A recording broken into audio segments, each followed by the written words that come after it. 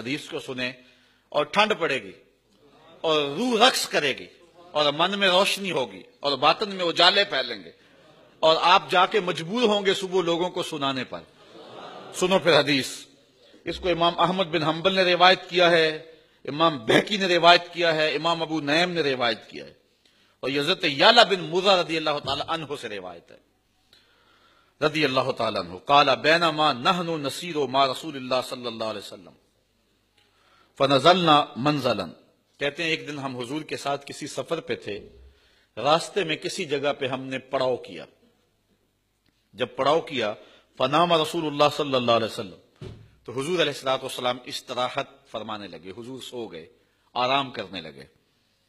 فجاءت شجرہ, تو کہتے ہیں کہ قریب ایک درخت تھا, وہ اپنی جگہ سے اکھڑا اور چل کے حضور کے پاس آیا اور پھر آ کر کے کھڑا ہو گیا, اور تھوڑی دیر وہ درخت آ کے کھڑا رہا. ثم رجعت الی مکانہا, اور کھڑا ہونے کے بعد پھر واپس چلا گیا. عجیب منظر تھا, میں حیرت زدہ ہوتا رہا. خیر جب حضور بیدار ہوئے ذکرت لہ ذالک, میں نے حضور سے یہ عجیب سی کہانی سنائی. حضور آپ سو رہے تھے, میں نے ایک منظر دیکھا ہے کہ ایک درخت وہ جو ہے وہ اپنی جگہ سے اکھڑا ہے, چلتا ہوا آیا ہے, یہاں کے پھر کھڑا ہو گیا, تھوڑی دیر کھڑا رہا ہے اور پھر واپس چلا گیا ہے. تو حضرت یعلا بن مرہ رضی اللہ تعالیٰ عنہ تو حیران تھے, لیکن حضور حیران نہیں ہوئے, سوئے ہوئے تھے. یہ بھی نہیں کہا کہ میں تو سویا تھا, میں تو کچھ نہیں کہہ سکتا کیا ہوا, لیکن حضور نے جو جواب دیا وہ سنیں. فرمایا ہیا شجرۃ, یہ ایک درخت ہے, استاذنت ربہا عز وجل, اس نے رب سے اجازت مانگی تھی, اس نے رب سے اجازت مانگی تھی. ان تسلم علیہ فآذن لہا, اس نے اللہ سے اجازت مانگی تھی, رب تھوڑی دیر مجھے اجازت دے دے, میں تیرے رسول کو سلام نہ کر رہا ہوں, میں تیرے محبوب کو سلام نہ کر رہا ہوں. فآذن لہ, تو اس کو پھر اذن دے دیا گیا, تو یہ آ کر کے مجھے سلام کر کے گیا. اب یہ ہمیں نہیں پتا اس نے سلام کون سا پڑھا, یا نبی سلام علیکہ پڑھا, یا مصطفیٰ جان رحمت پہ لاکھوں سلام والا سلام پڑھا, یا اس کا اپنا کوئی سلام تھا جو اس نے پڑھا. بہرحال یہ طے ہے کہ وہ حضور سوئے ہوئے تھے اور وہ کھڑا ہو کے سلام پڑھ رہا تھا. اللہ اکبر. لوگ کہتے ہیں کہ چلو حضور کی زندگی میں تو سلام ٹھیک ہے, لیکن اب تو حضور استراحت کر رہے ہیں, اب کیوں پڑھتے ہو؟ ہم کہتے ہیں ہم نے اس درخت سے سیکھا ہے. حضور سو رہے تھے, وہ کھڑے ہو کے سلام پڑھتا رہا, اور آقا سوئے ہوئے ہوں پھر بھی دیکھ رہے ہیں کون سلام پڑھ رہا ہے اور کس طلب سے آیا ہے اور کس سے اجازت لے کے آیا ہے. اللہ اکبر. اچھا ایک حدیث اور سن لو, اور اس سے بھی ٹھنڈ پڑے گی. حضرت بزار روایت کرتے, ابو نعیم بھی روایت کرتے حضرت بریدہ سے, اور بھی محدثین. جاء اعرابی الی رسول اللہ صلی اللہ علیہ وسلم فقال یا رسول اللہ قد اسلمت.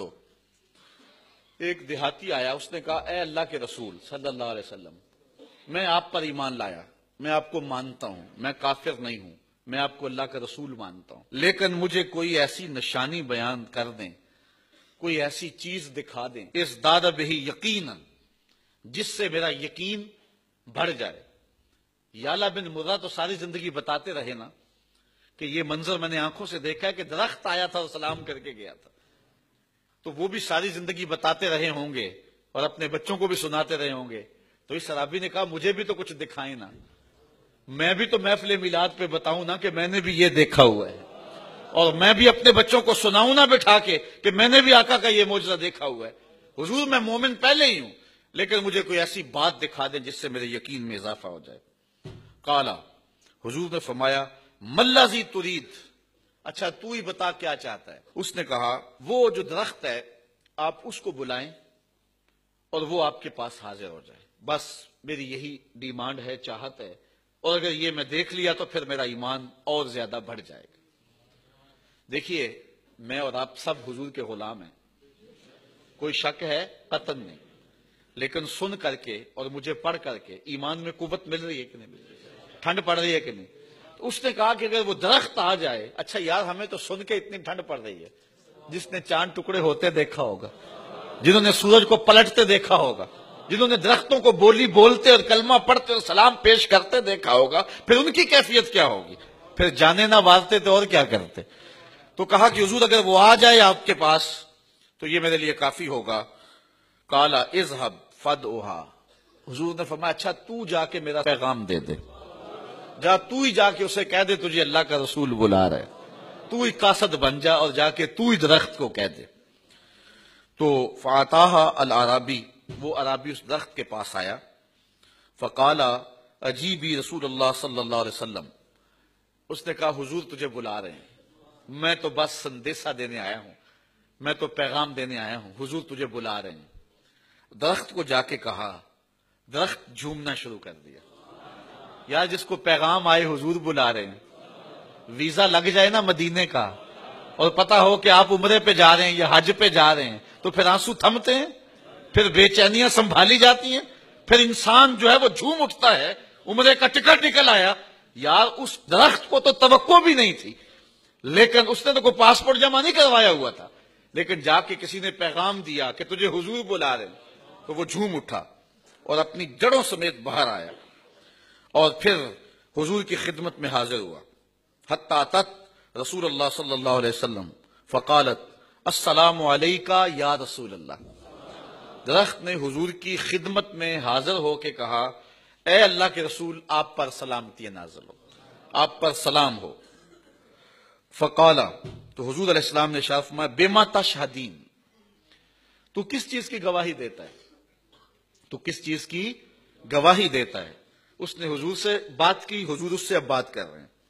اس نے کہا کہ قالت اشہد ان لا الہ الا اللہ وانک عبد اللہ ورسولہ، میں گواہی دیتا ہوں اللہ کے علاوہ کوئی معبود نہیں، آپ اس کے بندے بھی ہیں اس کے رسول بھی ہیں.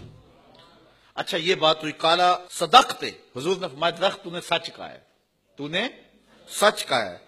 اب حضور کی اس کی بات ہو رہی تھی، یہ عربی پاس کھڑا تھا. فقال العربی حسبی حسبی، یہ عربی کہنے لگا بس بس میرے لیے کافی ہو گیا، بس میرے لیے کافی ہو گیا.